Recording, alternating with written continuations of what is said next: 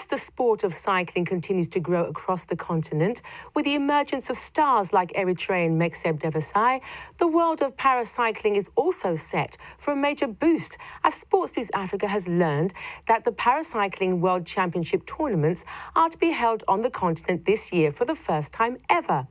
The event is to take place on the 17.5-kilometre circuit on Mount Verde in St. Pietermaritzburg, South Africa.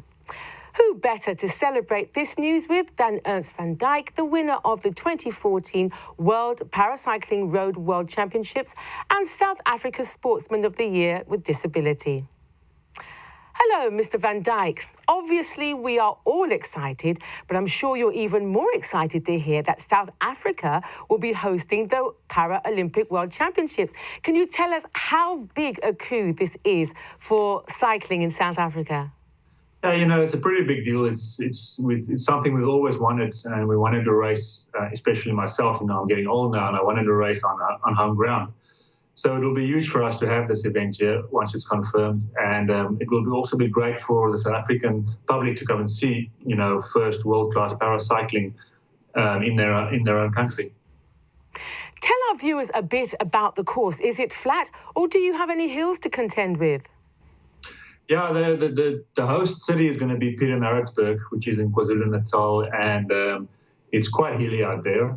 And the road circuit so far has been scheduled to be on a hilltop or a mountaintop called Mount Verde, on a very secluded farming estate. And the course is very tough. There's a lot of climbing, there's a lot of up and down, the roads are narrow, it's technical. So it's going to be very challenging for all the competitors coming from all over the world, and we really look forward to hosting them. It's a very unique setting, it's a very African-like setting, and it's something that they will experience that they haven't experienced before. So this is all part of a point-scoring system for paracyclists. Explain how that works across a year.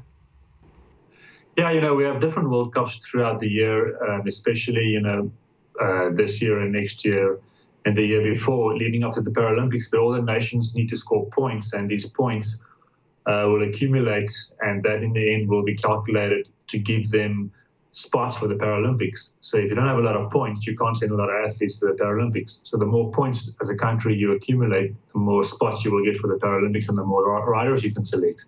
So it's very important for the countries to attend all the World Cups and gather as many points as they possibly can, because it will in the end affect the size of the team they sent to the Rio Paralympics. You are a world champion. Is paracycling getting more exposure and the profile you think it deserves on the global stage?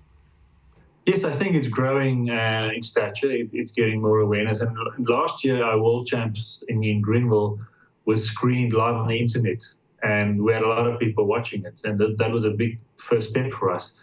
And I think it made a lot of people realize how hard and intense and fierce the competition is. And it drew a lot of attention. And I think going forward, that's the way to go. We need to broadcast these events, even if it's just on the internet, so people can watch it and follow it, and build an appetite for it. And finally, what have been the highlights of your career so far?